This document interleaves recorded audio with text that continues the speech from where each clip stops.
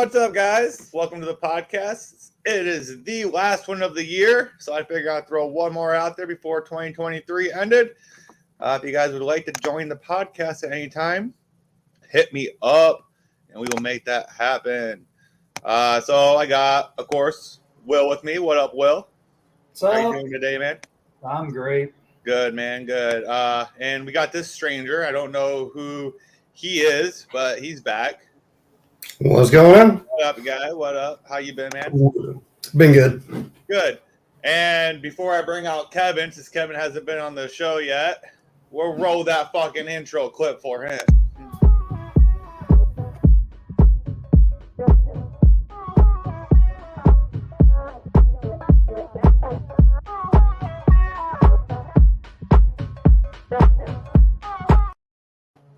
And we're sitting here with Kevin. Kevin, welcome to the show, man. How's it going, guys? Good. Hope you like the little intro clip I did for you. Oh, I love it. I love it. Great. Thank you for that. I just threw it together. Nice. like literally like 2 seconds ago.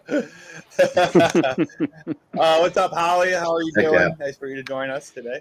So, Kevin, you want to tell us a little bit about you, like what your plans are, how long you've been breeding, that kind of stuff right now, so people have an idea of who you are and what you're working with and all that? Well, my name is Kevin. I'm with Bleeding Moon Exotics. I've only been breeding. 2024 will be my 4th year. And, well, I also raised my own rats. One of my big projects that I have, going on this year is I'm just focusing on making a bunch of double hets this year. Yep. So a lot of puzzle stuff. There's going to be a lot of hypo stuff, some pied, some double het hypo puzzle that I'm working with this year. Just really excited about it. 2024 is going to be my best year so far, and really just happy that the reptile community has been kind enough to allow me to be able to do this. Right, for sure, dude. How many snakes do you have in your collection right now? Including babies, right now I've got 57 ball 57? Pythons and 2 boas. Okay. You Nice. you adding any incomplete dominance or anything to those recessive projects? Well, I'm a huge fan of acid. I'm trying to get acid into some of my clown stuff. I'm probably going to be doing some acid puzzle stuff in the future. Just pretty much just a jack of everything in all reality. I'm sitting here, I'm looking at my hatching rack. I produced a blackhead vanilla pastel Inii hypo this year, male, that will be making something for me at some point. I'm not really sure what yet. Right. But you know how it is. Plans change. I mean, you can buy a hatchling and plan on doing this with it, and by the time it's ready to go, you've got 14 other different things that you're thinking about. Yep, that's how I was, because I was going to do Yep. the hypo puzzle sitting there, and then you ended up picking up the GHI gorilla, and it's like, well, we're going to do that now. Yep. So, yeah, plans definitely change. I mean, that's 100%. So that's not even including what you hatch out and stuff too. You know what I mean? So I mean, it's always going to vary and stuff like that. I know Will's been very hard working on his collection and fixing it. So Will just got done saying he just picked up 2 new snakes. So what'd you get, Will? Tell everybody. I've got a visual clown that's 100% het for hypo pied, and a visual pied that's double het for clown hypo. So Will is going for the hypo clown pied. And what's your ultimate goal, Will? The hypo clown pied sunset. There you go. So that would be kind of cool. That's my long. That's the long range plan, and then eventually add Xanthic into it. Right, for sure. Cards, you've been MIA for a very long time. What's been going on with you, man? Yeah, just doing the same old. I kind of just started selling off some of my older stuff, so same thing, upgrade. Yep. You got out of the Dreamsicle project, did you not? Kinda. I sold off my Dreamsicle. Yeah, I do got my lavender female that I did put up for sale. No one bought, so I ended up just pairing her up this year. Right, for sure. Kevin, what are your long-term goals for next year, for 2024, man?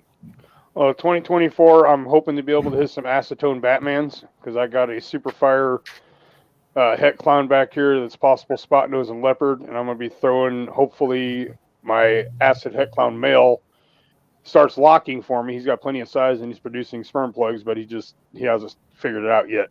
So that's one of them. One of them there that I'm going for. I've got a GHI Cinnamon Yellow Belly Banana female I produced year before last, who just hit breeding size, and she is building follicles. And I believe I've been pairing up my, let's see, what's it say over here? Black Pastel Pied too. Yeah, so we're working on getting Black Pastel and Pied into that project. Hopefully get some really cool banana Pied combos this year. And we're chasing pandas too, because I've always wanted a panda. I just don't want to pay the money for it. Yeah, I think the pandas are pretty cool. It's going to be interesting to see if you can get a panda like Pied off of the gorilla eventually. It's going to be really interesting. Like that's going to be a big project because I did pick up the VPI Pied, so I was going to breed it to the GHI gorilla. Because I wanted to see if those blacks really come into with that VPI where it won't gray or brown out. It's just the VPI. So that's going to be a very interesting project to work with, as well as just seeing if I'd like to see too eventually. I know Antoine is doing it right now over at DPR because I talked to him a little bit, and he said he is breeding one of the gorillas to a banana. Had something or it was something. It had banana in it. I don't remember exactly what it was, but I'd really like to see if those purples really come in with that gorilla because that's your typical what happens with banana with dark genes and stuff. You really get those purples to come in, so right? That's going to be really interesting. What's your long-term goal, Kevin? Do you have any long-term projects, man? What are your goals 8 years down the road? Do you want to do this full time? Are you just trying to, just get by on it, just doing it for fun, or? Well, right now I'm just doing it for fun, but in the next few years, I'm really hoping to be able to retire from truck driving and just go to the animals full time. Right. So, and yeah, I've got the genes behind me to make that happen. I just got to make the right combinations with them. You got to make the right decisions and stuff like that. And I was talking to some people and stuff too, and it's you don't really want to go the cheap route. I think me and Carr talked about this yesterday. Yeah, you never want to go cheap route. And, even cheap equipment and stuff like that, I just don't feel like that you're going to succeed as well. I mean, you might do okay, but at least start off with something that's, durable, I guess, and has mid-grade on it. I mean, I said, I started off with the sea serpents, the PVC stuff, which is really good. I think Carr, when you first started looking, you're looking at what brand did you say that was complete ass cheeks or whatever? Vision. The Vision, yes, the Vision. Yep. Stuff like People that. swear by Vision, though. What? Yeah. There's people that swear by Vision. And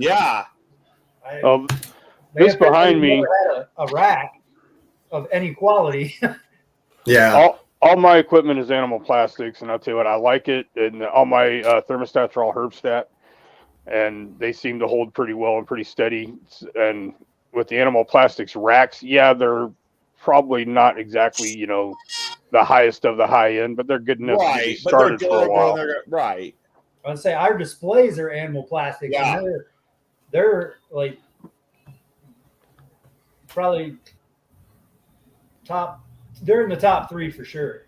Yeah, I saw in the video you guys had the animal plastics displays, and I was like, those are pretty cool. I was thinking about getting those, but those are badass, and they're really affordable. Actually, they were only $450 shipped. Yeah. Mine was $485 on the door, and the way you see it set up is that price. And now they have them in 1 compartment, 2 compartment, 3, 4, and 5. Capital City. I went with ARS on my displays for doing shows because I don't know. Do the animal plastics displays, do they fold up like in a case so you can carry it around? Do not. You got to freaking put them together with 3 screws or whatever on each side, which is the only downfall. But the good part that I like with it is you don't get that overhead glare on them, and then you can sit there and then customize your logo and stuff oh my goodness, look at this guy. It's freaking Paul. Mr. Hey, Paul. No.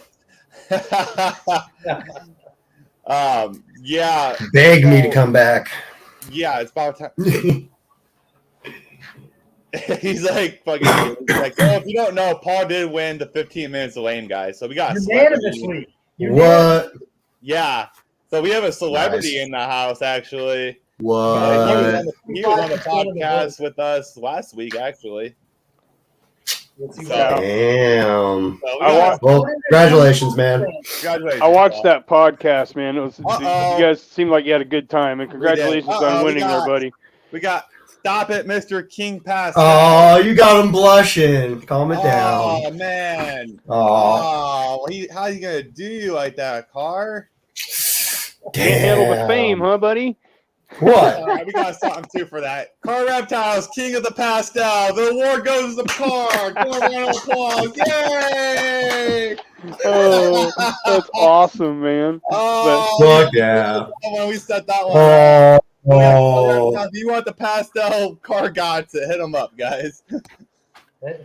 I do. I got tons of pastel. If you need it, hit me up, man. Seriously.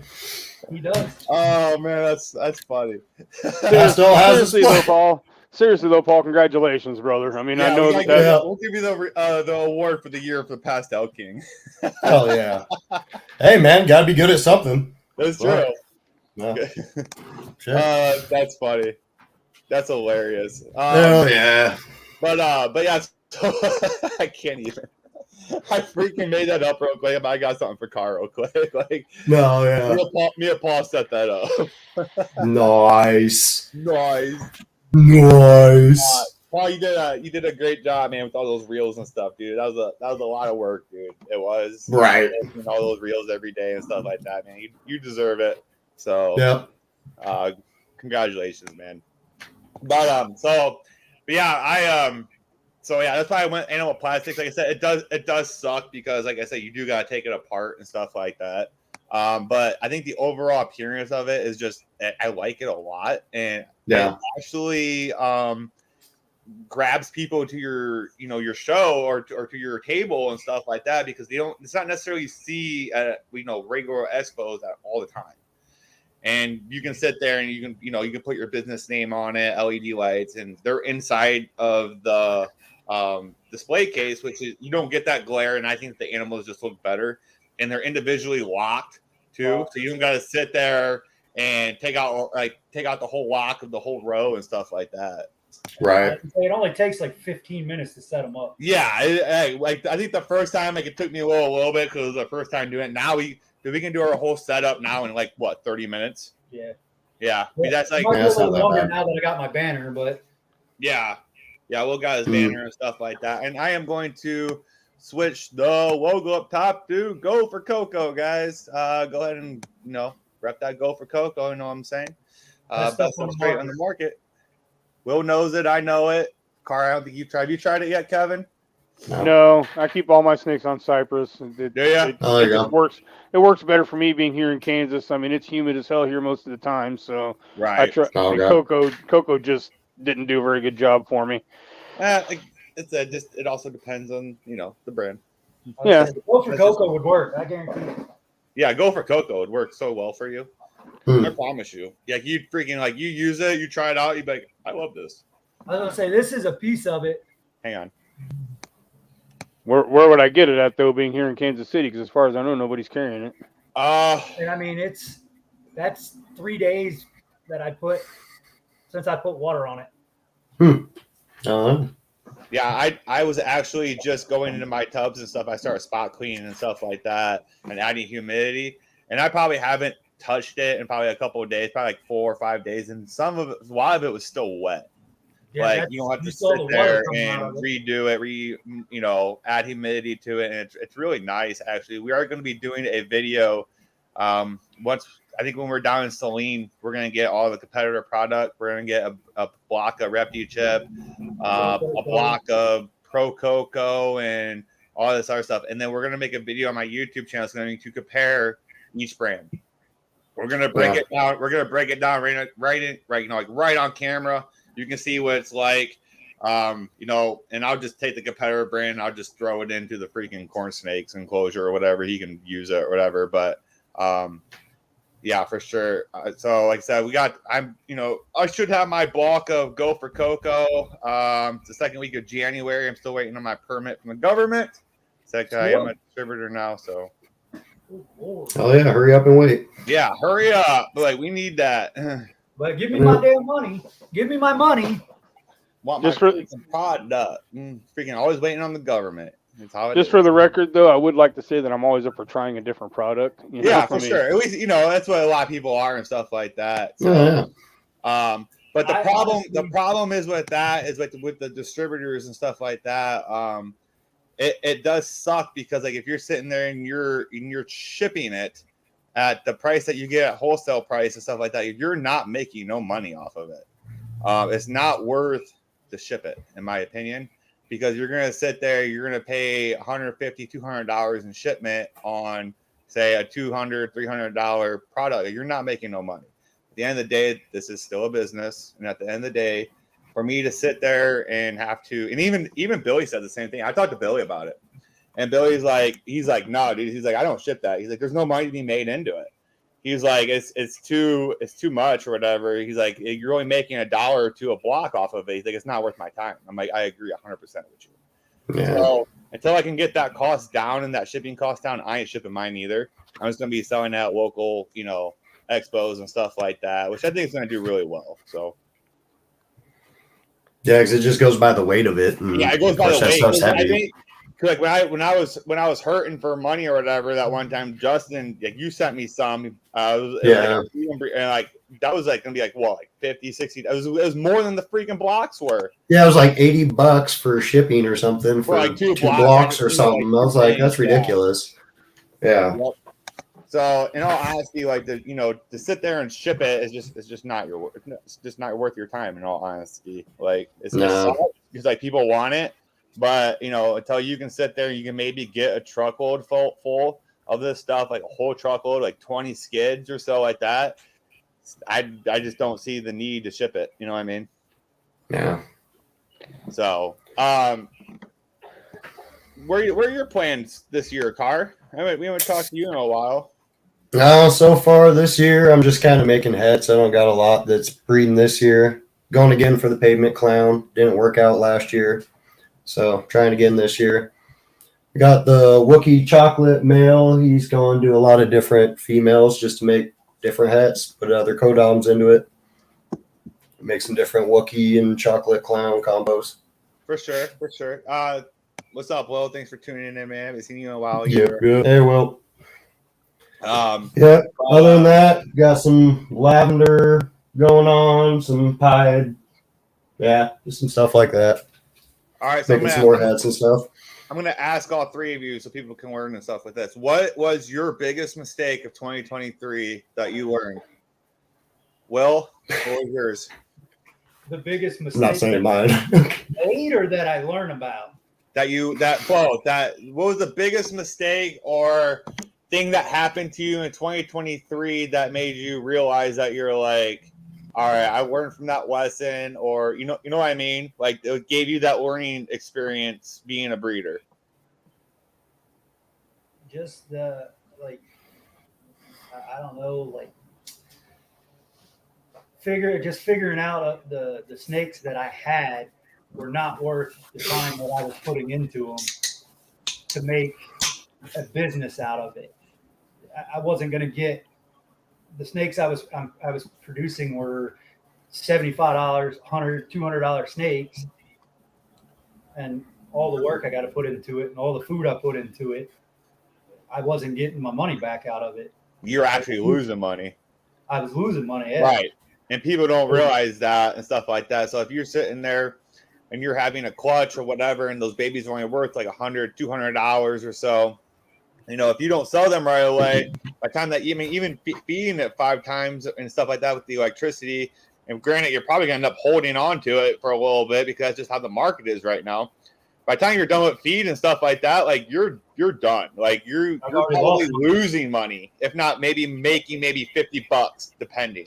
By the time they hit 130, 140 grams, you've already lost money on them. Right. Exactly. It's not $200-$300. If it's not $200 or $300 plus snake, you've already lost money. Yeah. 100%. So even if you breed your own rodents, you still already lost money because you had to pay to feed those rodents, and now they're not going to something else that's making you money. right, correct, So 100%. That was the biggest thing, and it's like you said, like Billy has said, it costs the same amount of money to house a $100 snake as it does a $30,000 snake, or 10,000 or 5 or whatever. Yeah. You know what I mean? Yeah. So that's why I went and picked up those 2 snakes. I've got picked up 2 from you, the double het. Yep. Hypo Pie, the blackhead double het Hypo Pie girls. I got at Tinley this year. I picked up 3 visual pieds to go for the pieds. I picked up double het sunset pieds to go for that. Eventually down the road, those will make the money that I spent on the animals. Yep. Where the het pied, possible het lavender albinos, I can't even sell them for $50 right now. Well, Mark Valley, thanks for tuning in, man. I have them when I take them to the shows. I put $40 on them. Yeah, he's still right. Just trying to get rid of them. Yeah. Somebody $100 for 3 of them, 2 females and a male. Yeah, and he still can't get rid of them. I still Damn. Like he's been trying. I think the cheapest one I got rid of was a normal that was double het VPI clown. They were 66%, and I sold it for $100. I was gonna say, some dude got it and stuff like that. But like Will said and stuff like that, like the market's so down and people just don't want to spend money right now with the economy. Like you have to really plan out your breeding, because if you don't, you can't just throw stuff together anymore. Yeah, you just can't throw stuff together anymore. Like those 1-2 gene combos and stuff, 3 gene combos, they don't sell unless I've noticed. I have sold a couple 3 and 4 gene ones that weren't het for anything, but they were really nice snakes. People will pay for quality with it and stuff like that. So I did find that out. And like with the expos and stuff, guys, too, like as I said, I don't know if I have or not, but when except me and Will first started off at the expos with just a tablecloth and deli cups, and we didn't really sell much. Not even a tablecloth. Yeah, it was rough. It was very hard. Like I was borrowing tablecloths from people and shit like that because I didn't know what I was doing really. And then we upgraded everything, and then when we upgraded stuff, I started selling. I started selling those snakes and stuff. I only have probably I think I hashed 48 was my high. If you guys haven't seen the highlight video on the YouTube channel, I did the stats of my year. I did 48 eggs with 8 clutches. I held back one. I probably held back about 10, so about 38 I had for sale. And I only have about 15 left. I did have a whole if you guys remember the leopard. So actually she's actually going to be available, guys. So. She was going to be a holdback, but the advantages of the shed testing and stuff like that, if someone wants a nice, Batman thing or, something to work with, we got the Leopard Clown that I did hash, and she was 66% het VPI, but the shed test, showed that, she did not prove out, which I was really surprised for how light she is. She's a really nice snake, and then if she sells, and if she don't, I'm okay with still keeping her because she's still a nice quality Leopard Clown. And plus, it's a girl, so I can't go wrong. So it's just like one of those things and stuff. Try not to make those 66% hets if you can't. Sometimes, you got to. Other times, if you can avoid it, try to avoid it. Right. Yep. Make what you need. That one, I was very heartbroken with that. Honestly, I thought me and Will both for sure thought that she would. I thought she was going to prove VPI, but nope. Yeah. So if you guys can shed test, I would definitely shed test. Save yourself the time, because if I sit there, if I don't shed test that and just assume, I'm sitting there. 2 years. I'm sitting there going to 2 years for a Leopard Clown that I really don't need, because the only reason I don't need her is because I have a Mojave Batman that's sub-adult. You know what I mean? I don't need that. I mean, if she don't sell, I'll breed her. I'll make something cool with her or something. I'll figure something out. I'll figure some kind of project. But I got 4 sheds I'm getting ready to send out to test. Nice. Two of them are that for the het pied, possible het lavender, because that way if they should prove out to be het lavender, they're a little bit more. And I might be able to sell them a little better because it's a het dreamsicle. Right. Right. The other one is a banana that I have that I believe is going to prove out to be het hypo, because I have a male and a female still, and she's just so much more muted in color than the male. Mhm. There's like very, very little orange in her compared to the male. So I'm hoping she proves out to be het hypo. That'd be nice. Then I can put Okay. 100% het instead of just possible, because I only had het on one side. But I Right. did the only holdback I had out of my breeding this year was a super banana, super inchy. But that was because, well, like he said earlier, like at that point, like he was doing, as he said, he was doing things wrong, and he wasn't breeding nothing that was crazy. But he did. That snake is a nice snake and stuff, because like he's gonna show it off here, and so he's fixing the collection, like where he's going to that higher end stuff. So it's gonna take him a little bit, but I told him to keep it. I honestly told him to keep it anyhow, because you can still make some. Yeah, your whiting's terrible. Oh, there you go. It focused. Yeah, because like you can still make some cool heads with it. Everything's gonna have freaking banana. Everything's gonna have Enchi in it. So, Oh yeah. use it as a hat. Nice. And the camera doesn't do it justice, obviously. No, it does not. This snake is very pretty. It's very pretty in person. Because like he showed me that, Okay. like, that thing's nice. Like, For what it is, it's a very pretty snake, It which is is. the only reason I'm keeping it, because it's a male. But Oh, nice. it's just too pretty to get rid of. yeah. What about you, Carl? What was the thing that you earned in 2023? Because I said this is the end of the year and stuff. Like, what would you change? Is there anything that you would change? What are your goals for 2024 as well? Because I think you did say that you wanted to start vending expos too, right? Yeah, I'm going to vend my local expo at the Pacific Get those likes Northwest up, guys. Reptile Expo. And I'm going to definitely attend a bunch of shows next year. I'm going to Tinley, going to Daytona. But yeah, next year's just to hit some more shows and upgrade the collection a little bit, probably upgrade some gear. I want to get another rack in here. Yeah, I need another rack too. Yeah, I need. So do I. Yeah, I think we all do. I think we're all right Yeah. there, man. I mean, Probably get the 70 series Freedom Breeder I got one. stuff over here that's going into that.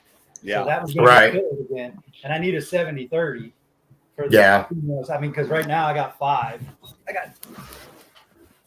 got that. It's got 5. Oh yeah. Yeah, see, I want to use this one for just like raise ups and males, and Yeah. then get like a 70 series for females. Yeah. Just put all my females in that one. And the males can stay in that one forever. Yeah, That's what I right. figured. Yeah, I'll just keep males in here, and yep, that's what that'd be for. But then, yeah, other than that, mistakes I've made is definitely have a backup male. Yep. That was one thing I learned this year. Always have a backup male. So You had next a year, big problem with that. I remember. I did last year. Yeah, it's like I had a bunch of plans, and of course, none of them worked. All the males were like didn't want to cooperate with me. I weren't getting locks with them. So, yeah, definitely have backup males. Yeah, backup males. All right. Kevin, Yeah. what'd you earn and stuff? Like, how was your season? How many did you hatch and stuff like that? And I know that you did hit that wild one that you can show off here in a second, but right now or whatever, what did you learn and what are your goals for 2024, man? Well, I learned that, I'm right there with the other guys, that you get away from I'm revamping my collection. I don't want to say get away from the lower end stuff, because it did serve its purpose to me. It did. But I'm gonna interrupt you for a second. So, So when he says that it served its purpose, so I did the same thing. Okay, so you have your pet qualities breeding. Okay, that stuff that's going to go sell at expos, and then you have your high dollar stuff. Your pet quality breeding, if it's good enough, it really should honestly sit there and fund a little bit of the business. You can get a new rack off of, or you can get a new rack, you can get a new snake or something like that. Because I think with my stuff, I got lucky, and at the time I had the GHI Groa, so I bought that. So all those pet cells and stuff like that, bought that pretty much. I didn't pay nothing really for it, and there's another one. Oh, and one of the other pickups I had or whatever, paid for half of it too. Oh, you're right. So yeah, so everything does have a purpose, but just don't breed just to breed. Try to have a plan. Right. But yeah, go on as you were saying. So yeah, I went ahead and I started buying some higher end stuff. Like I picked up a visual puzzle male. I've got a chocolate Suma female that I picked up. I have a Super Mojave double het puzzle hypo pasta vanilla pastel that I picked up. And all these snakes were purchased with money that came out of Bleeding Moon Exotics. None of it came out of my pocket. Right. But I also have the rats in the backyard too. I've got a 12 by 16 foot shed in my backyard that I raise rats in. It's insulated. It's got an air scrubber, a dehumidifier, heat. I mean, everything. So, and, but yeah. I think Will just built one too. Will's working on his rat stuff too. Like he's. Yeah, I just built the same thing, a 12 by 16. Expanding that. Yeah. Nice. Yeah, that's the way to go. Get the Right. Yeah. So yeah, Will definitely have. So the plan. So except me and Will are in the same area. So the plan for me and him were to. He's gonna lock down the rats. He's gonna have that. Like he's gonna go to expos. I mean, there's even some expos and stuff that I go to. That you got one rat breeder. You know what I mean? And like even like the Cincinnati show down there. They got literally one dude that sells rats, and that's it. Like, you know what I mean? So he can sit there and charge what he wants to charge. I told Will that. I'm like, dude, you get that rat stuff going. I mean, you can bring some rats down there or, whatever. You can freaking probably, undercut it a little bit with the rats and stuff and make a killing off of it, dude. Right. So he's going to have the rats. I got the cocoa. It should work out really well. We're trying to lock down the area a little bit. There you go. But yeah, one of the biggest things that I did learn in 2024 is if you got to pay if you want to play. I mean, It's just that easy. And I have a lot of snakes in here that there's no way that I would have been able to afford coming out of my pocket. But I take every dime that comes out of the business from the rats and the snakes and whatever else that I sell, I save it and I reinvest it back into the business and hire in stuff, buy another rack. Like these racks behind me, I only paid for one of those racks out of pocket. And I've got two more in front of me that were hatchling racks, and I got an incubator over here that were all paid for by money that came out of BME. All my thermostats, none of them came out of my pocket. I don't know how many snakes I bought that. I did not know that. Didn't come out of pocket. So he says Sin City only allows that one person to sell feeders there. I mean, that makes sense that they have a business and stuff, so that's good to know. But I've learned a lot about the business side of it in 2024. Right. And yeah, for sure. I'd say probably my biggest error was I was doing really good at the first like 4 clutches, 4 or 5 clutches. It's probably like the 4th or 5th clutch is probably when I started running into problems. They would eat right away. I'm like, all right, hell yeah, fuck yeah, I mean, like, and I was kind of bragging to Car about it a little bit and stuff like that. Well, then Karma came back and bit my ass and stuff like that. So yeah, dude, it did hard. The last 4 clutches I ended up being assist fed. So what I think has happened is that those V18 toes back here are too big for those hatchlings, so they don't feel secure. They don't feel like it's too big for them. So I'm looking at getting a smaller rack system, or tub wise, for the hatchings and stuff. So I don't have that problem. I think that was a lot of it because nothing else changed. Like it's literally the tub size. I really think that. And I was having that conversation with someone the other day and stuff, and they were like, "Hey, what should I do for hatching wise, or whatever? What size tubs do you use?" Like I was like, "Well, I use I think those are V18s or something or V16s." I'm like, but I wouldn't recommend that because I had problems with with that and stuff like you need to go into a smaller tub. And they go, well, I was like, I'd probably recommend like a V10 or something like that. And she's like, well, I'm like, those are only good for like 300 grams or whatever. And they go, well, what's good for long term? I'm like, if you don't put them in a tub, small enough tub like they feel secure, you're gonna have problems, and there ain't gonna be no long term for it. I was gonna say you don't want those ones that go in there to get to 300 grams. Yeah, you don't want them to get. Yeah, that's their holdbacks. You don't want them to get that big anyhow. Exactly. What up, Matt Driver? Thanks for tuning in, man. I haven't seen you in a while. I'll end up seeing you here in a couple of weeks, actually, at the expos and stuff, man. Okay. Good old John. But yeah. So I mean, that was probably my biggest learning experience and stuff like that. What up, Holly? So. That hurt. Yes, I mean, there were some of them that would just piss me the hell off. I'm like, "Will, come over here and assist me this. It's making me mad." I'm gonna beat it. That is something you do not want to be good at. It's not. No, that's pain. Unfortunately, I hate assist beating. It is a necessary skill, though. It is. Yeah. It is 100%. Like I can do. I do it, but you have those stubborn ones that were like, I just come home from a long 12-hour day. Will's already over here. Because I've been having to give that super NTGHI hypo boy shots again because he ended up getting that infection back in his face about 2 months ago. So he's about done with his antibiotics, and he's actually doing really well now. But so he'd be over here. I'm like, "Whoa, just freaking do this! Like it's making me mad." I don't want to. Yeah, well, I don't want to do it. I'm like, well, I don't want to do it either. Like, I mean, I will and I have, but you got those ones that just like, I just got off a 12-hour day. I really don't feel like, fighting with a snake at the moment because I've tried. They keep spitting it out and it makes, like, if there was times like where I put it halfway, 3/4 of the way down his throat or whatever, it was still freaking. Yeah, they still get it out. It's like, oh, man. Yeah, you had that one. I had that one, yeah. He never did make it. He had that one. He had that one. He's like, I finally got that one or whatever. I think it's going to do well, blah, blah. He goes back. He's like, oh, never mind. It died.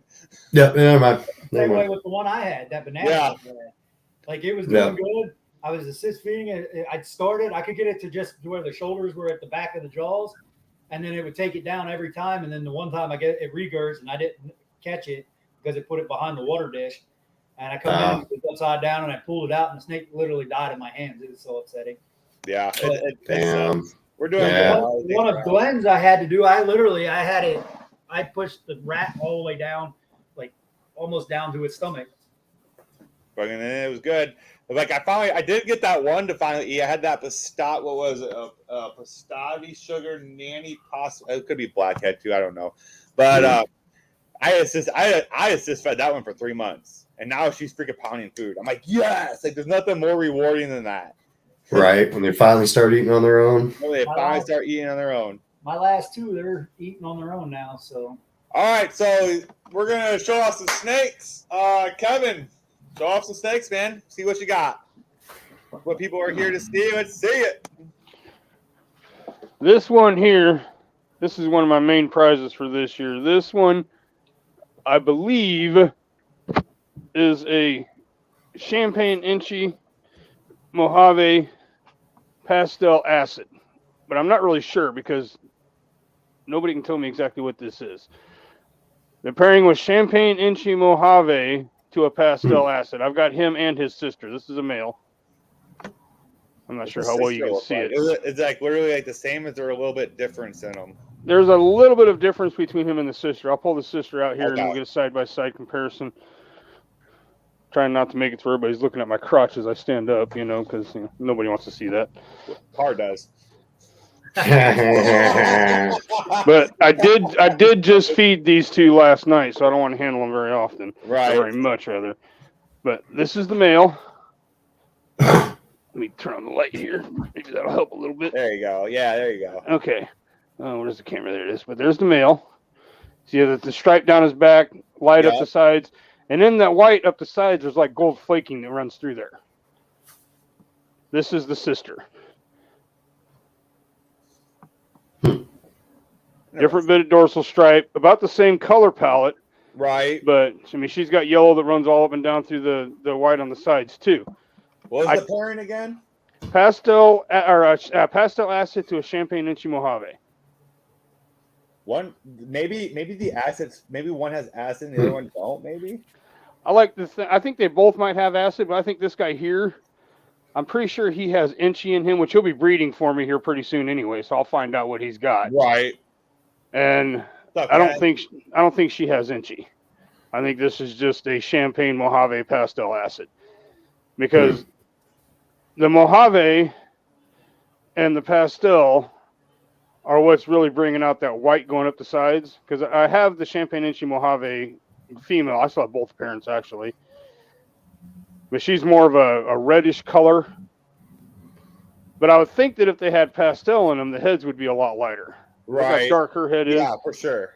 And his Yeah. is the same way. His Yeah. is exactly the same way. So I don't know. I mean, champagne messes with a lot, though. Yeah. That's a Yeah. strong I'm gene. pretty sure those have champagne in it. Well, yeah, they Oh, got yeah. champagne. Oh yeah. No doubt they have champagne for sure. Yeah, they got champagne in them. That's like, well, Good that's job, Will. like, hey, Good job, Will.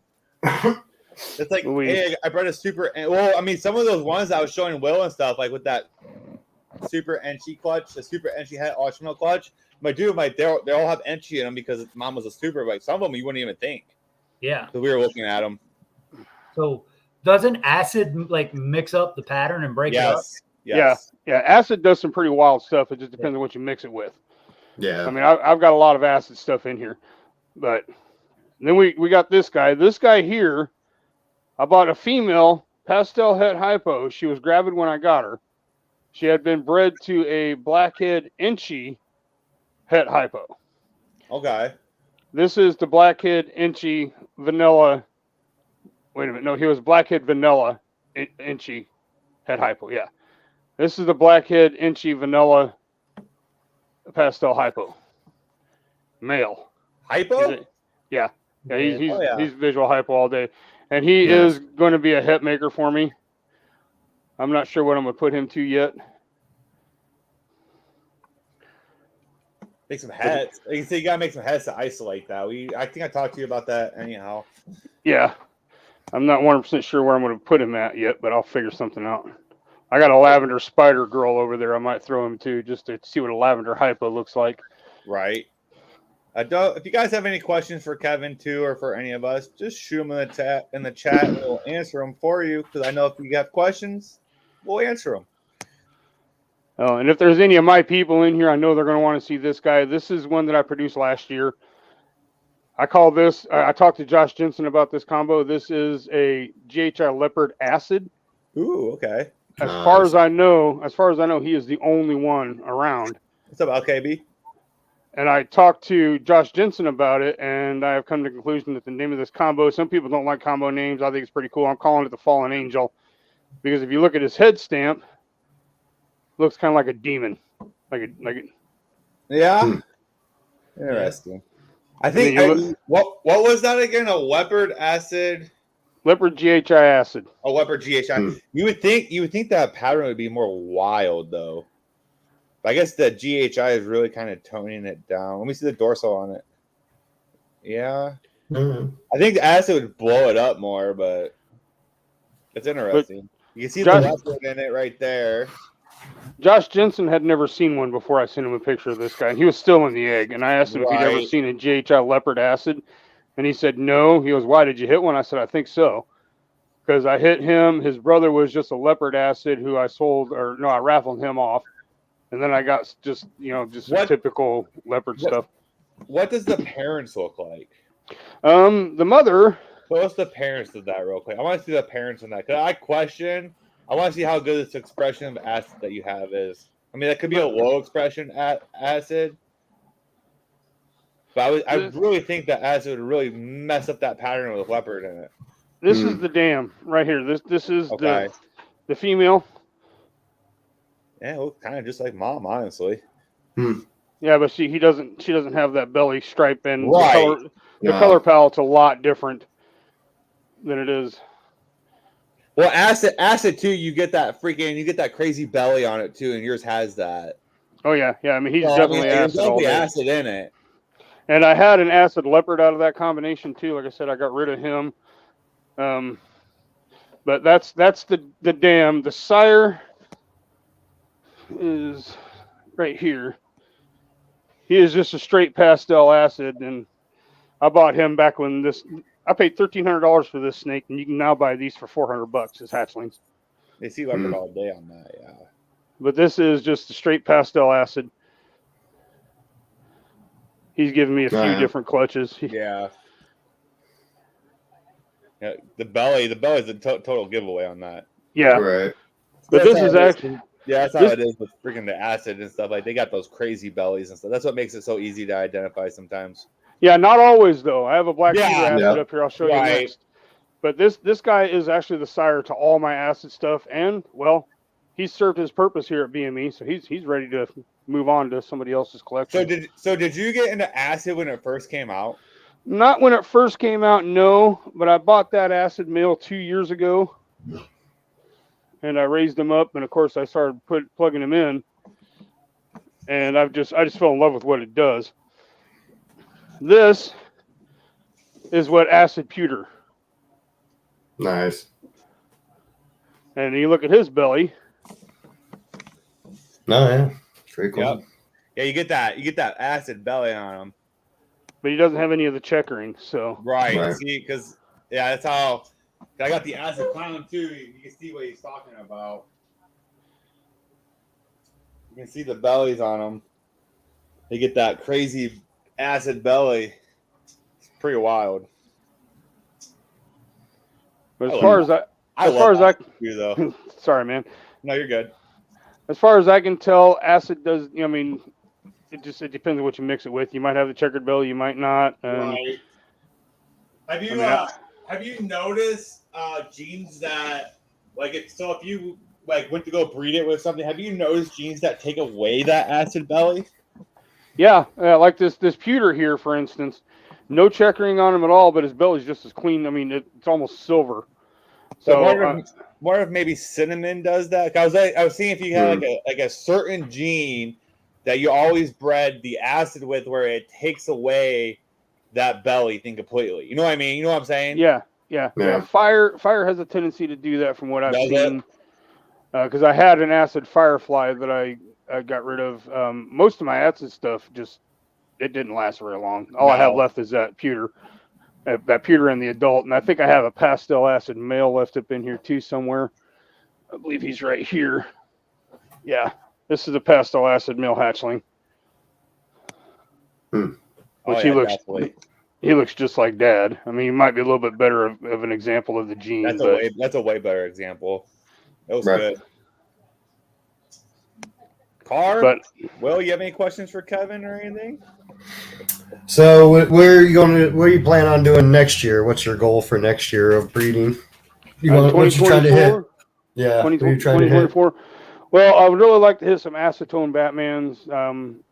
Just because. What's an acetone? Acetone is acid and fire. Acid and fire makes acetone? Okay, I see. But I'd like to hit some of those, and I'm making a whole bunch of hets and double het stuff for future projects. I figure with the market being the way it is, I might as well just focus on building my own stuff, and if I get a few along the way, Yep. That's why that's like we've always said on here and stuff, like you breed what you like and what you're okay with keeping with, even if it doesn't sell, you're still good. You know what I mean? Yep. So I mean, the market is the market. You know, do I don't know. It's tough. You know, it's very tough. You just have to do breeding accordingly, like we said. So I haven't had too much of a problem. I know Will really didn't have too much of a problem at some point, but you really have to, I mean, it's a patience game. It takes that one buyer to buy it. But at the same point in time, like you might be sitting on it, waiting for it for a couple months before you get that buyer. I was gonna say I've sold more adults than I have hatchlings. Yeah, he sold more adults, but that was those expos that we were at. I think the one same dude at the expo, or whatever. I think he bought like 3 females. He bought one from the Toledo Expo. Yeah. And then one from somewhere, wherever else we were. Wherever else we were, it was the same dude that bought. So I think he ended up getting 3 snakes, and that's perfectly fine. Like if I can sit there, if I can sell you something that's going to up your collection and get you started in the right way, like there's no hate in that at all, because everyone has their own budget, and if you're still doing the reptile community and stuff like that, like I support it 100% because it still works no matter what. You know what I mean? Yeah. And we all got to start somewhere. You got to start somewhere. I remember being new and stuff like that, and like I said, I actually delivered. I personally delivered. It was a $250 snake or whatever, which the guy put a deposit on at the Columbus Expo. He finally paid it off because he wanted to make sure that he had the tank for it and stuff like that. And then I drove an hour and met him halfway so him and his girl could have their first snake. And to me, that was more rewarding than the money ever was, because I got them into the reptile business and I was able to provide them with that great customer service. You know, people, normal people, or like, you know, if you're a shit breeder, probably wouldn't go out of their way to go do that. You know what I mean? Like, but to watch the joy of that little girl's face with her first snake and the dad being happy, you know, stuff like that was worth more than what money could ever be. So at the end of the day, if you're not moving your collection forward as a breeder, you're moving backward. I mean, it's just the way it works. Yeah. Now, but you have to be able to be humble, and you have to, if you're bringing, you know, young kids in. Last year, I sold a lady a super mystic pastel. She wanted to get a snake for her sons for Christmas. Right. She sent me a video of them opening up the tank. It was the best thing that I ever seen in my life, and that is why I do this. It's freaking awesome. Right. That's why I do it too. Like I made a comment on Billy's podcast actually, like, because he was talking about, you know, cutting eggs and how that's the greatest feeling in the world and stuff like that. Like, I'm like, it is, but to me, I get more joy out of the customer service and the pure joy of people buying my animals than I do cutting eggs. That's just me. The face of that little girl. Yes. That child, or even that adult that's getting their first ball python, or even if it's not a ball python, you know, they're getting their first reptile is where it's at. Like, where it's at. Without that, it doesn't matter what I cut in an egg. Right. If I can't sell it to somebody, it doesn't do any good. Right. And I mean, me and Will freaking like me and Will, we've been next to each other. I mean, let's be real. I mean, technically we're competing against each other in a way. But if they have a certain price range where I can, but hey, go buy off of him because he's just like, he's my buddy and he will provide you just as good as customer service as I will. You know what I mean? Like, we support each other and this is just how we are, you know? Like, this is say they like, he'll sit there, he'll back the substrate and stuff, and you know, he'll be the witness to it, and I'll sit there and I'll be like, oh, buy rats off of them, dude. You got the best rats and stuff like that at good prices when that comes about. So I mean, it's all about supporting each other and stuff like that. Like, I'm tired. I hate watching the hate and the drama of breeders in the industry. And like, you guys are missing the whole goal of this, man. Like, it's a great passion. I can sit there, I can share it with other people. I mean, you got, like I said, positivity is contagious, but so is negativity. I was going to say, we get in early. We set up our setups, and then we walk around. Yeah, I walk around and look and see where stuff's at, because just because somebody comes to my table, they may not be looking for a ball python. They may be looking for hognose. If I know where it's at, I can put them there. Yeah. Say, hey, this guy over here, I saw he has really nice snakes. Go check him out. And then that sticks in their mind. Hey, that guy is like, he's just out to help people. So maybe they'll come back and look for, you know, a ball python eventually. Or when I get my feeders up and running, they'll come back and get the feeders from me. Yeah. If I got someone that comes up to my table and they're looking for a specific snake, and I know somebody else has it, especially if Glenn has it, I'll walk right over to his display and get it out.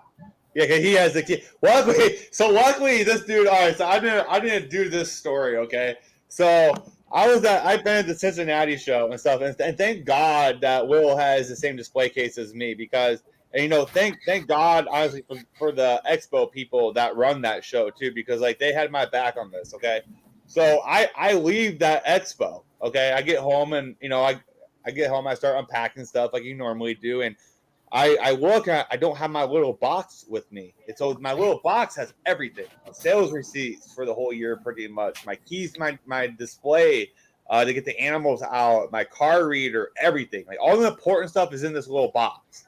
So I'm sitting there freaking out. I'm like, dude, like, Will, like, I can't get these animals out right now. Like, I'm coming over to your house, come get a set of keys or whatever, so I can at least get them out, and I'll figure the rest out later. I got a hold of the people that run the show and stuff. They're like, yeah, we grabbed it for you. And he mailed it back to me, you know, but that's just, you know, yeah, I mean, that was awesome. I was on my way to go get it. Yeah, that people do that and that they were looking out for me and stuff like that. And that was so, you know, relieving, because they could have sat there and just left it there. And I would have been absolutely rude. You know what I mean? Like, it literally had all the keys in that display case, even my backup keys in it. For whatever reason, I took them. I don't know why. But like it was heartwarming. Like there's not bad people in this industry at all. No. So like I said, I tried to spread that positivity, and I encourage others to do the same. In this. Definitely. Yep. At the end of the day, we're all in this on the same page. Yeah. We're all in this together, and we're all fighting the same fight. Yeah, there's no reason to be mean towards somebody just because they don't want something you have. If you know somebody that has good quality animals, and they have, and they have what that person wants, point them to them. Yeah. It's like that's going to stick in their head about you personally. Right. Like you're building, like you're sitting there, you're repping yourself as a business. Do it as such. There's too many times that I've seen, or I've been at expos, even when I was just, even when I first started off and stuff like that. If you're vending at an expo, get off your phone unless you're dead. Your table is dead. Stand up. Because you're going to stand up the whole time. Does it suck? Yeah. It absolutely sucks. But you know what? Hey, Tammy, Will came up with the idea of the foot mats, like we use in the factories and stuff like that. He said, go buy a foot mat, dude. Because like I work 12-hour days and I'm always on my feet. Anyhow, my feet would start to kill me, especially like with the knee surgery and stuff like that. Like there was times like where, standing 5-6 hours a day, especially when you're sitting there and your table's busy. Those foot mats really help. I'm like, dude, Will, that was a great idea, bro. 100%. 100%. If you're going to be doing expos, you need to get on Amazon. They're like $40. You can get a 60-inch by a half-inch thick. They look like this. Yeah, I got the little thicker one, but it's not as long. Yeah. And that will save your back, your feet, your knees, your hips. I mean, I'm not young. That's the best idea you ever had. They don't take up any room in the tote either. We actually saw them at Tinley in October. That lady had them out in front of her. That's what gave you the idea. That's what gave the idea. It was for the customers. You work 12 hours a day in a factory. I work, 8-10 hours a day outside in construction. The last thing I want to do is on my time off is be on my feet again. But I'm not going to sit down and talk to you trying to sell my snakes. That's just right. It's easier to stand up the whole time. It's easier to engage. Even if they just come by your table, but oh, hey, how you doing? Just give them that. Like, either they're going to shrug you off, but it's going to draw them into your table. I made that last sale in Columbus because I said something to that guy that was just walking by. That one that I sold to that one guy. It was only $40, but if I wouldn't have said anything to him, he would have just kept walking, and I wouldn't have made the $40. Right. Well, and it's disrespectful to be sitting there on your phone. It is. Yeah. No, if it's dead and there's nobody around, pop a squat real quick. Get off your feet. You see people starting to come down the aisle. Stand back up. Yeah. Stand up and engage with people. Yeah. And if you absolutely can, I would definitely recommend bringing a helper with you, even if you just have one display. So if you don't have locks or anything like that, because I know over at the Taylor show people were swiping stuff like geckos and stuff like that, which is shitty as shit anyhow or whatever. Like why people would do that? But, I mean, that's just people for you. But that way, if I gotta go like, hey, well, I'm gonna go get something to eat. You want anything? Or he's like, I'm gonna go run to the bathroom or whatever. I'm like, go ahead, dude. Like, and then someone's looking at us, I got the keys to his display case where I could help him out. And maybe sell a snake for him. And that's why we like to vend next to each other, so we can do that stuff because we know each other's collection. We know, about the genes that we have, and for the most part. And if we don't know, we're not going to say we do. Yeah, I'll be right back. We'll be right back. He went to the bathroom. So I mean, it definitely helps. And also, I think I did 2 or 3 shows the one time, and I think it was 2 shows that Will wasn't there with me. I was so bored. Like I wasn't bored, but I was so used to having Will next to me, freaking, chit chatting snakes or whatever, like just shooting the shit. Right. In between, like of it being busy, I'm like, yeah, I did to other breeders, but it's just not the same. I mean, it's just not the same. You know what I mean? You did shows that were kind of busy. I did the Toledo show by myself a lot. Oh, dude. That is dead as all get out. Yeah, that was a lot of the time. So if you don't have anybody there to talk to, granted, I'll talk to just about anybody, but like now you do. Yeah, now I didn't. Yeah, but then you didn't used to. You got to have a very bubbly personality. And if you're not a people person, this probably isn't for you because you get to do a lot of engagement. I'm not a people person, but like Canova said, he was an introvert like me. But if this is what you love doing, you're going to have to either figure out you love doing it to make it as a business. If you do, you need to come out of your shell and be able to be a people person and to talk. Right. And when I heard him say that, and it's like it hit home because I was the same way. I don't like crowds. I have a real bad anxiety. Yeah. I think when I first started betting next to Will was very quiet. And then Will started watching me bend and like my techniques and stuff like that. And then Will got out of his shell and started using my techniques, which is fine. Like that's completely awesome. Like I'm glad he came out of his shell and stuff like that. Besides, like I'll give him crap or whatever because he'll, oh, how you doing? I'm fantastic. Will, switch it up. I'm fantastic. I mean, come on. You always say like, dude, switch it up, bro. Like I'm tired of hearing that for 8 hours. Come on, say something different. I'm good or something. Like I give him a shit. But I'm better than good. But yeah, I feel you, man. Is there anything else you want to show off, Kevin? We got a little off topic there, man. Excuse me? Is there anything else that you want to show off? Um, We'll go back to the snakes and stuff. We got a little off topic with the expos. I mean, but the expos are. Have you bended yet, Kevin? Oh yeah. I've done a couple Kansas City shows, and I did Salina up here in Kansas City last fall. Okay, I haven't done very many shows because I just haven't produced enough snakes really to do much of anything. But this is that JHI Cinnamon Yellow Belly Banana Girl that I was telling you guys about earlier. Okay. And it always messes me up where the camera's at. But I produced her my second year of breeding. And I know that she's still pretty young, but she is growing follicles. Ultrasound showed them. So I'm just letting her eat and letting her grow follicles. And if they hit 25 millimeters, I'll lock her up again. I have paired her just to kind of see if they would lock, and she did, but I won't put her through that again. But how you doing, man? Thanks for tuning in. Yeah, that's awesome, man. Let's see, what else do I have? Oh yeah, I got to show off this one here too. This is one of my favorite ones right here. I produced this girl. This is actually that banana girl's sister. This is the same. This is the same combo, minus banana. Nice. That's cool. Isn't it crazy what one gene can do? Oh yeah, yeah, most definitely. I was gonna say banana is a very powerful gene, though.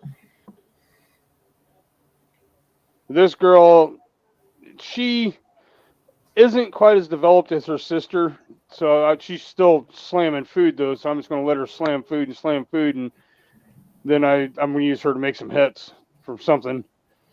I'll probably do some puzzle hits to her. Make some JHI puzzle stuff, JHI cinnamon puzzle stuff. For sure.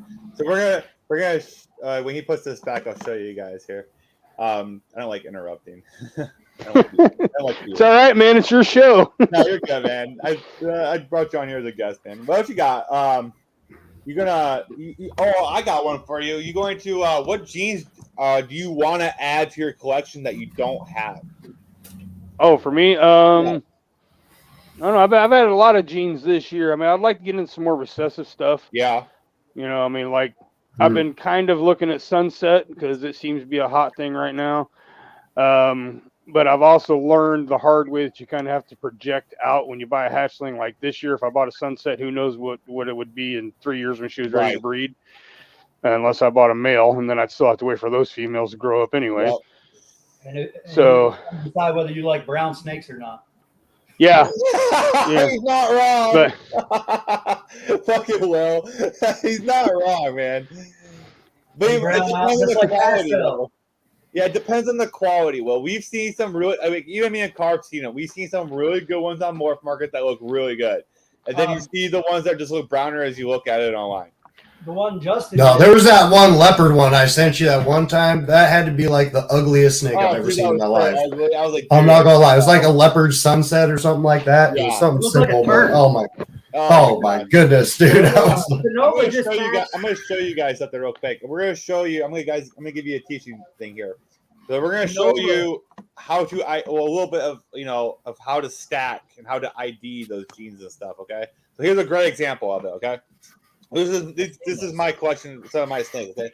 So here is a extreme gene. So you guys aren't familiar with the extreme gene. You get the long dorsal on the tail, that stripe, and you get a long neck pattern. I know it's hard to see on that one, okay?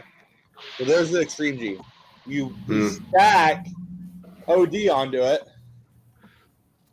You get that.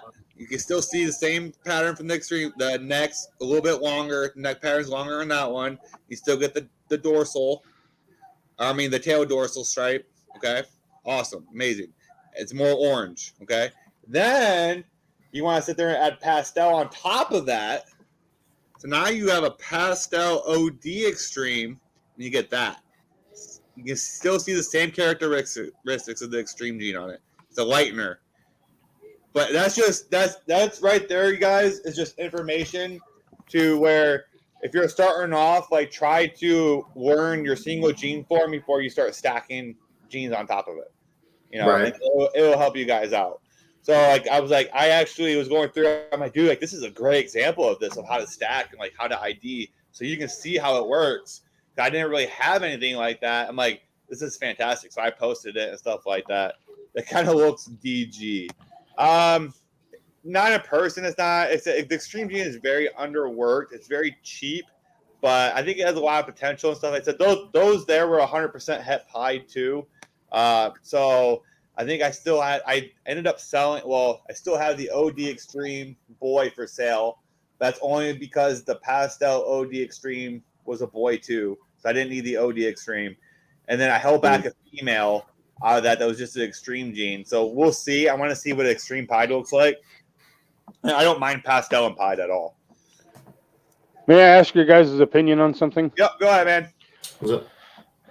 Does this look like just a regular straight pastel to you? God damn it. As soon as I find the camera. What's the head look like? Show me the head. This boy, I've got an import that I got from Freedom Breeder. Yeah. That I bred to a single gene pastel, and this is the only one that popped out that just looks a little bit different than the rest of them did. I already got rid of the rest of the clutch. Ooh. Yeah. He is not letting me. What's up, Eric? There's the head. I mean, it's definitely a pastel head. Yeah, it's definitely a pastel head. I don't think that there's any more else. The pattern's a little funky. Let me show you the sire that produced him, the actual original import itself, and we'll go from there. But yeah, that one he just stood out in the clutch. The rest of them were all just normals and pastels, but he just looked different. So I kept him back. This is the sire. With his color palette, he's got a lot more silvers in him than my other normal male. Right. Which he's a pet. So, but yeah, he's got a lot more silvers in him, and everything is just. Is he going to let me pop his head out? There we go. Probably not. There's his head. Okay. You see the white eye stripe there toward the back. Yeah. Of course, I'm kind of. What's the pattern look like on it? Let me see the whole. Yeah, it looks just like him. I would say probably, but since you already got, the general rule, for imports and stuff like that, if you think you got something, in that and stuff, you should probably end up holding back the whole clutch just in case, or breed back to the parents as well, because if you do, and then something pops out and stuff, like say something crazy pops out because you bred it back to the parents, well now you already sold these hatchlings from the first clutch and stuff, and now you're like shit. Yeah. So Ken's not wrong. Polymorphism can be a bitch and stuff, and it is. Because Will has problem with that too at times. He's like, I think there's more. I might do that just polymorphism, dude. It's a cunt, dude. It's a pain in the ass to freaking work with, and you got different examples of it. And it can really throw you for a loop, because I had my first clutch was the Mojaves and stuff, and I had different strings of Mojaves, but they were all Mojaves, and they were great examples of it, but they just had that different pattern, or they were just a little bit different. It was just polymorphism. Well, and of course I didn't get a female. I only got that male. So this was sold as a freeway. See, I don't work with. See, that's something that Carr could tell you. With I don't work with that stuff because, like, you asked me the one day with the project or whatever. I'm like, dude, like if someone asks me something, if I don't know, I'll be 100% honest with you. I'm like, dude, I don't work with it, or haven't studied it much. I don't know. Right. But I can probably tell you someone that does know. You know, like, I'm not gonna sit there and give you false information on something that I don't know about. Yep. But freeways are usually darker. Like when I first got him, he was. I'll be right back, guys. They're dark as babies, but they lighten quite a bit as they get older. But yeah, like he was. Because like both my highways and freeways, when I got them as babies, yeah, they're really dark. That stripe down their back was, quite defined. Now it's, it's all faded. They're lighter. See if I can find it. I don't know much about the freeway thing. I haven't hopped on that train yet. Yeah, I don't suggest. I mean, it's because then you got to sell everything as either either asphalt or gravel or yellow belly. Yep, and I got a GHI Leopard Super Asphalt female back in quarantine right now that I bought to make freeways with. But I mean, it's awesome. Yeah. See, if I could go back, exactly like Will said, I'd get either a super gravel or super asphalt. Then you know for sure what you're getting.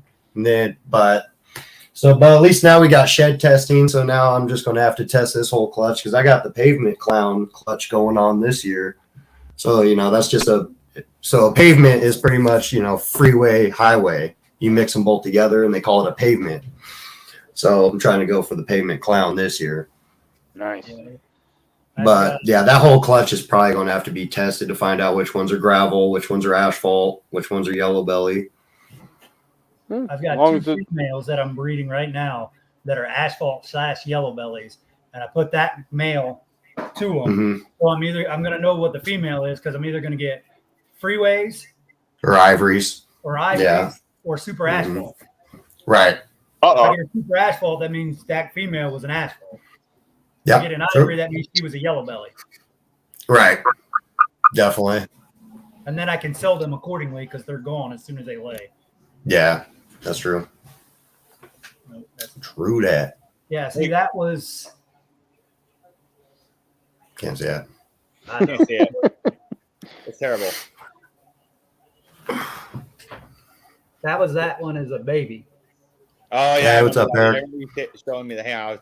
They're a lot darker when they're babies. Yeah.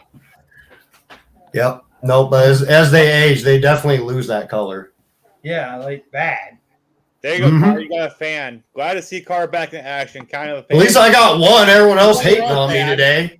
Yeah. You missed it though, Carr. Yeah, everybody else hating on me, so fuck. Hey, brother, I don't know you well enough to hate on you, man. Carr's the king of the pastel, guys. Yeah, I'm the only one that hasn't pulled out a pastel. Here, let me help you guys out. Let me grab one for you. Yeah, you're king of the pastel. Let's see these pastels you got. Yeah, show us peasants how it's done there. Yeah, let me show you some pastels. In the beginning of the podcast to see us trolling freaking Carr on that one. You're an ass. One pastel. No, that guy's in shed, of course. Oh well, we still want to see pastel. I mean, you're king of pastel, dude. Dude, you got to see some pastels. You should have more than one, man. If you're the king of pastel. Oh, I got more than one. There we go. Huge. It's a hard gene to get away from, though, man. I mean, damn. No, my first clutch was a pastel clown to my fire leopard spot nose clown. Literally, I think all 5 of them came out pastel. There you go, little firefly clown I got for sale. Check out this morph market. You guys want some? Get rid of the pastel king over here. Yeah. Hey, there's nothing wrong with pastel in some combos, man. I actually only got 3 babies, I think, that have pastel in them. The rest of them don't. But I got one for you, Carr. Here you go. Here, I'll pull out some other. What you got? That's the lesser clown, ain't it? The pastel lesser clown. A lesser clown. It's a pastel lesser. Oh, pastel lesser. I got you. I have just a plain lesser, too. Well, you guys are making me feel like I'm underdressed for this occasion with all these clowns and stuff. Here we go. This is one I produced this year. It's a fire spot nose clown. That thing's not. That was the one you were talking about. Yeah. It doesn't have pastel in it. It died because I didn't make any pastels this year. I told you that. I told you that. There are no pastels this year, man. I'm the Mojave king, dude. Everything I hit, I swear, had Mojave in it this year. Yeah. No, I had a lot of fires this year. I got the. Let's see. I did it. Let's see what's that the Mojave hypo quant or whatever it was. Oh yeah. Is it Mala? Yeah, so now this one I named Melissa. She's so she's a chocolate Mojave. No. I couldn't do that to the snake. Oh, holy shit, dude. So were you getting that? Yeah. There you go. Chocolate Mojave Hypo Clown. Nice. Hell yeah. She's coming out. Yeah, she's cool. This is my first hypo. Decided to get into hypo. Yeah, so I got this girl. You do have the blackhead pinstripe double head hypo clown girl coming from me, as well as the blackhead Inii double head hypo clown male too. Yeah, so I got that male's going to be kind of my backup for this girl. That game, yeah. So he did get two off of me. I got the female. So yeah, you got one of my snakes too. There's Mojave. Mojave lemon pastel vanilla. And then this is what Carr's getting, but with Inchi. Oh, gotcha. That's the blackhead double head hypo clown. Nice. And then that's the lemon pastel makes this thing look phenomenal. But we'll add. Okay, yeah, he's not. Yeah, lemon pastel definitely brightens up nicely. It's way better than regular pastel. So that was the thanks Napar. Great show, guys. I'm off to work. Keep up the good work. Thank you for your support. Thank you for tuning in, man. Have a good day at work.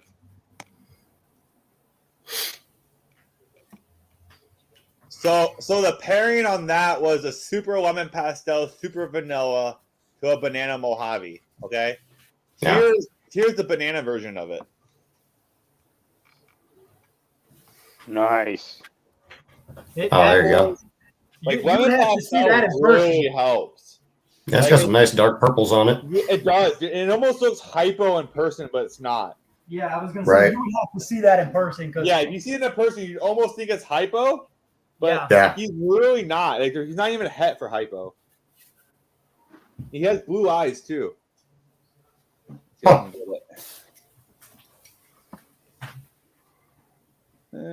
Kinda. Not really. Yeah, kind of see it.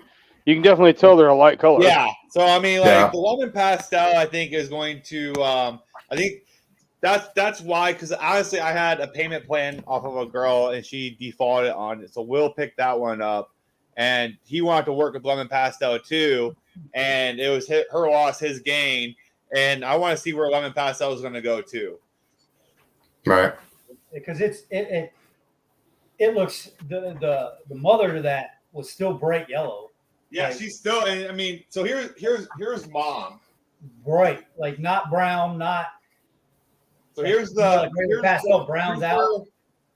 Yeah, so this is the super lemon pastel, super vanilla girl, and she's so yellow still. Yeah. I mean, she has that, that washed out head from the vanilla, and the being a super lemon pastel too, super vanilla, but the super vanilla goes through that white head. But I mean, cooperating. But I mean, she's still. I mean, man, like that's why. Like that's probably one. Like I'll sit here at times and be like, oh, that's one I probably won't get rid of for a while because I like the lemon pastel and like, I'm getting vanilla and everything too, and I like it. Right. You know what I mean? Yeah. Until I got enough lemon pastel or like whatever the case may be, I might make one more clutch out of it and maybe get rid of her, but. She's so nice. I like her. Oh, yeah. You can pass me up in pastel, man. There you go. Yes, sir. Yeah, but it's lemon pastel, not regular pastel. Yeah, it's lemon pastel. It doesn't brown There's out. a big difference. It's a big difference. Just for something different. Excuse me. No pastel on this one, guys. Sorry to disappoint. All right, we got to kick you off the show then. Believe me, I've got plenty of others. There's only a No. pastel show. This is a chocolate Suma female that I picked up this last year. That I was. Oh, there you go. That's nice. I just had to hop in and show something different. Everybody else showing off their pastel For sure. stuff. Switch it up. Kevin, what was your biggest pickup of the year? My biggest pickup of the year was this girl right here. What's up, Yates? You missed out on us. Hey. Yates, you need to come back on the show, dude. Hey, what up, Yates? I haven't seen Yates in a while. Right. Oh, there we go. I'm sure y'all know what this is. A stranger. Stranger Het Clown Yeah. female. Yeah, there you Little go. stranger. Stranger danger. Stranger I paid a danger. small fortune for her, and if I would have waited 6 months, I would have picked her up for half as much as I did. But What is it? I know they're going down quite a bit right now. Was it Kevin, a stranger het clown? yeah, Yeah. I'll see you, your stranger het clown, and raise you. let me guess. You got a visual clown stranger? Nope. No, he's got another hat. I got the stranger double het hypo clown. Nice. I really like the hypo clown project. I'm really like into it, and I wasn't going to get her, but like, so I'll tell you this story actually. So this is actually a testament to my I'll catch the recap. Yates, we need to schedule a time to get you back on the show, bro. Get a hold of me and stuff, dude. Yeah, we got some bangers to show you. Yeah, you got a lot of shit. So you need That to come on the elbow's show, bro. clown, dude. It's been over a year Yeah. since you've been on, so yeah, come back on the Yeah. show next week or something, dude. We'll schedule you. Get a hold of me, man. But yeah, so Jason Kittner actually. So I bought the Acid Clown from him a year or so ago, and I made the purchase of the VPI Pied. I'm like, hey, let me put this on payment plan. It's winter, and it's like when you can still ship. He was like, hey, I would just literally ship you the animal, and you can just pay it off when you can't, like, just make your payment still. I'm like, okay, like shit, dude, like, that's unheard of. Like, you're gonna send me a snake before it's paid off. Like, mad respect, mad trust, or whatever. Like, I respect that, dude. And that, to me, being year 3 into this, like going to year 4 and having that reputation already. That was a huge testament to my character and stuff, that he trusted me, and that's your networking. I would say he's a good guy though too. Yeah, so Yes. he's a good guy. Yeah, Jason's He's awesome. a great guy too, but I'm like, you still don't do that unless someone that you absolutely trust. You know what I mean? Right. Oh, yeah. So then I was looking on a site and stuff, and I saw that stranger double hat. I'm like, dude, like this goes so good with my project. I'm like, let me add that one to it too, or whatever. He's like, yeah, sure, dude, no problem. So he shipped them both and stuff, and I'm still paying on them and stuff like that. But here we are. But That's the way it went. That's the way it went with that Acid Het Clown boy that's up on the top of this rack. I was talking to the breeder. I'm sure you guys have heard of him, but I'm not going to name drop in here. But I ended up paying him about half of it, and he was like, dude, it's fixing to get cold. How about I just ship that to you? I'm like, I haven't got it paid off yet. He goes, I know. He goes, if you rip me off, I'll crush you. I'm like, don't worry about it, man. I ain't going to do that. But it was just mad trust. Because then you're putting your reputation on the line. You're putting your business name on the line. Yeah. And stuff like that, man. Like, Yeah. you don't do that. Yeah. Dude. Like, But that's why I freaking, I buy from bigger breeders, or, I mess, I mess around with people that I trust. And even like if, you're still a decent person and stuff, like if you're someone that I've interacted with throughout the years at Tinley and stuff like that, like, I'd probably do the same. If I know that you're legit for it and stuff like that, like I would hook you up, do the same, because that creates more room for me, and that's less feed that he has to do to feed those 2 snakes. I get it. I get where he was coming from, and he knows I'm going to pay him because I already spent. I spent $5,000 on the Acid Clown that time. These bigger breeders, they all talk about us smaller guys. And once you get that reputation, like me and Will, like even at the expos and stuff. I think we talked about the last podcast and stuff. Like, we'll walk around and see what those animals look like, because there are some freaking sketchy breeders out there that animals are pretty sketchy and their setups are pretty sketchy. It's like, all right, so me and Will's freaking mindset is like, yeah, it may only take us 30 minutes to set up at an expo, but like if we get there like right when the doors open, we should probably normally get a front spot. So if kids do want to hold them, whatever, but they're not sitting there. We're not in the back where they're holding all these other like nasty snakes or what I mean, like where I have a potential to get mites or you know what I mean. Right. So like that's me and Will's concept, unless he puts a freaking car in a ditch and we don't make it, but we'll that story out too. I picked up some of those little 2-ounce deli cups. You have those? I do. You have extras for me? Yes, I got a sleeve of them. That's what's up. Oh, there you go. Yeah, because we were talking about that. I don't know, Car. You probably didn't even go into that last podcast. We were talking about that. Like use those pest strips. The hot shot pest strips. And then I'll take the reptile spray too, and I'll spray my tablecloth down with it, dude. Oh yeah, probably not a bad idea. Yeah, it's not a bad idea. And then if I go to an expo too that's like bigger, and if I know that there's like sketchy people there with sketchy animals, dude, I'll come home. And you don't want to come home with mites or something. I'll might treat them right away, dude. And I'll take the water away. I've already had to do that shit once, and I ain't doing that again. Yeah. Oh yeah. And that was from somebody that was supposed to be a respectable breeder. Damn. I haven't had to deal with mites yet, but definitely don't want it. Yeah, there you go. This is like that. You should always quarantine your collection. Get the reptile spray there. It is right there. It's completely safe for reptiles. You can sit there and spray it directly on the reptile. I was talking to Billy and stuff like that, and they're working on licensing and stuff like that with an odor neutralizer. So if you have like a regurgitation or like a dead rat in there, or just a funky smell, okay, the same stuff. Yeah, so he can you spray this stuff down and he eliminates it right now. And he's working on another thing or whatever. It's like it's like that or whatever, like the reptile spray, like where you can sit there and it will disinfect the reptile and you can get rid of mice and stuff like that. And you can mix it together. So we'll see what the future holds for that. So that's gonna be very interesting. So, okay. Well, before we end this or whatever, you have anything else you guys want to show off or talk about? Car hasn't been on here a while. Like, Car, you should have a lot to talk about. I just want to give you a big thank you for the invite. Though? I appreciate it. Hey man, you're welcome, dude. I really hope that we can do it again. Yeah, we do. Every now and then and stuff, we'll do open panels. So like we'll bring on a whole bunch of breeders and stuff like that, and we'll just bullshit and freaking just kick it and just see what everyone's up to about mid-year and stuff. I don't remember when the last time we did an open panel. When was it, Car? It's probably like it's been a while.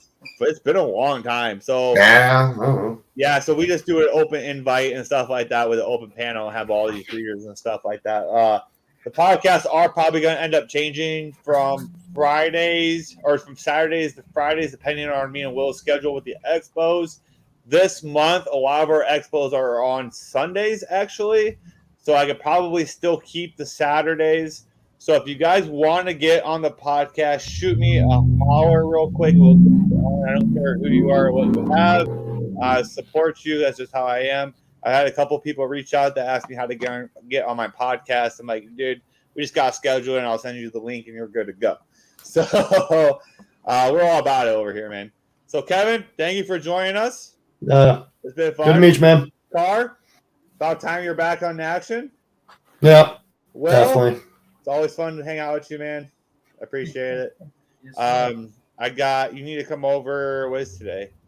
Today's Saturday. Wouldn't there be Friday? Tomorrow. Can you come over tomorrow? Yeah. All right, come over tomorrow. Come visit me tomorrow. So I hope you guys have fun. Thank you everyone that's tuning in. Like, comment, subscribe to the channel. We're out. Hey, also, by the way, I hope you guys had a great 2023 year, man. God bless you guys. Keep doing your thing. Keep grinding. I know it's hard work. I hope 2024 brings out great blessings in you as well. And we'll come back with those podcasts and stuff like that as well. So, like I said, it's been a great year for me. I think it's been a great year for these guys and stuff. Just keep growing. Keep doing yourself. Remember, The only thing that's stopping you from doing your dreams is you.